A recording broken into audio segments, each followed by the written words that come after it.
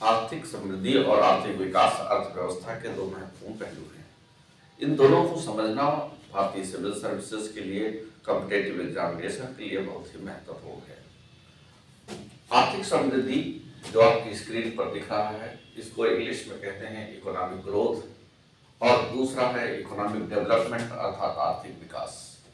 आर्थिक समृद्धि एक मात्रात्मक अवधारणा है, यानी एक क्वांटिटेटिव अप्रोच है।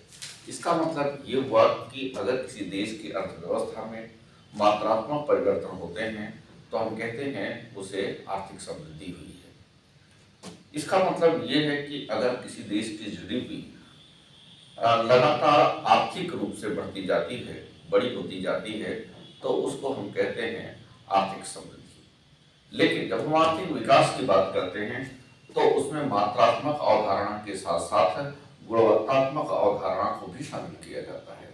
इसका मतलब ये हुआ कि economic development is a qualitative concept as well as quantitative. इसीलिए इसके मापन के लिए हम जो इंडिकेटर्स यूज करते हैं उसमें एचडीआई को शामिल करते हैं, अर्थात एचडीआई मतलब ह्यूमन डेवलपमेंट इंडेक्स, मानव विकास सूचकांक। दूसरा इंडेक्स पीक्यूएलआई है, physical quality of life index, यानी जीवन की भौतिक गुणवत्ता का सूचकांक। इसका मतलब ये हुआ कि भौतिक गुणवत्ता इसमें शामिल की जाती है। एचडीआई में भी उसी तरह की चीजें शामिल की जाती है। जैसे एचडीआई को अगर आप देखें तो इसमें शिक्षा, स्वास्थ्य और जीवन का रहन सहन का स्तर देखा जाता है। ये तीनों चीजें गुणवत्ता से जुड़ी हुई है, लेकिन गुणवत्ता बिना मात्रात्मक अवधारणा के नहीं आ सकती।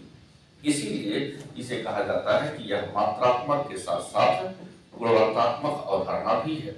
इसके उलट अगर हम आर्थिक समृद्धि की बात करें तो आर्थिक समृद्धि में केवल गुणवत्तात्मक परिवर्तन को देखा जाता है।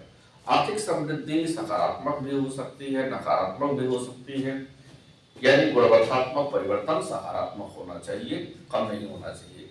जैसे किसी देश की जीडीपी मान लिया 5,000 करोड़ रुपए 2021 में है, अगर वो 6,000 करोड़ रुपए की जीडीपी 2022 में हो जाती है तो हम ये कहते हैं कि आर्थिक समृद्धि हुई है।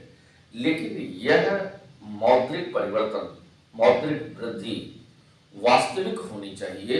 इन्फ्लेशन की वजह से या रेट बढ़ जाने की